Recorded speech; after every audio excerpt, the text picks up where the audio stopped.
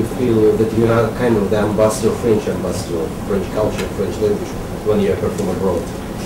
You know, I like to share my music, so it sounds maybe a bit egoist, but the first thing was being curious to know if there's an audience for my music and share these songs with this audience. And then when it can help the French language in I don't know, because there are some schools where they learn French through my songs or so great. That's great if it opens les frontières, the borders of our language. But so it's a nice title, but it's a title. I mean, you know, I do it more because I want to share what I do. And what about the special relations or Russian influence in your work, in the song, in your music? You are so popular in Russian Israel, of course. I went there 22 years ago, and I don't know, it was maybe the right time, and they always loved French music, so I was there, I did a TV show, and then they asked me to do some shows, so I said, of course. And when I went there, we did, I don't know, 4 nights, and there were like 15,000 people every night. So it was very surprising. So they love French music. Like I said, it was maybe the right time to be there, and they love my story of my life. You know, trying to fight in your life to do what you love, and they feel very close to me, and they're very faithful, and every time when we do a tour, we're playing there. So it's very important to be present in a country. I've read somewhere that you have many gays fans. This is true? Yeah. Yes. It's, I don't know, maybe it's the androgyne side and the low voice, I don't know, but it's true that in different countries it's very, yeah. And it's great because they are very tasteful, so I'm happy about that. The TV, they just showed three men, and I said, come on, in my life I know more than 3 men. So that was what I said, and I didn't say I don't believe in, comment dire, relationship. No, but it's of course it's very difficult.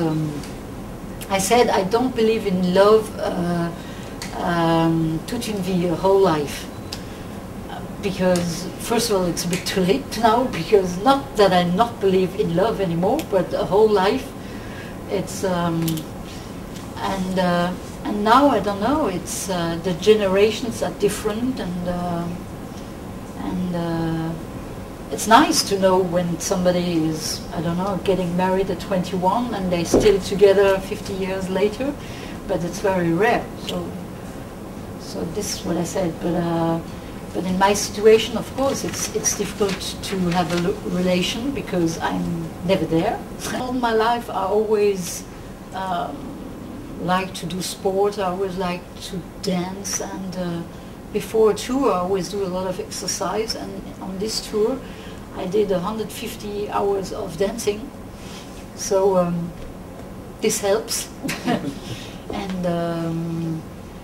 But I have to say, I was very lucky because my mom and my dad gave me, you know, they were very thin and they gave me this, so I'm not having so much problem about weight.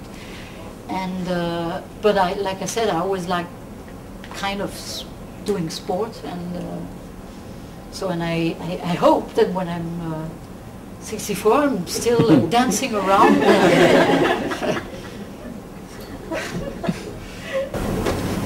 Can you tell us a little bit about the work with Albert Elbaz, the costumes, which are... Yes. When we started to work on Cabaret, the show, it's always very difficult. I don't know. but for a French artist to work with a designer, because they always like to work with, don't know, American big international artists, but France it's a bit difficult.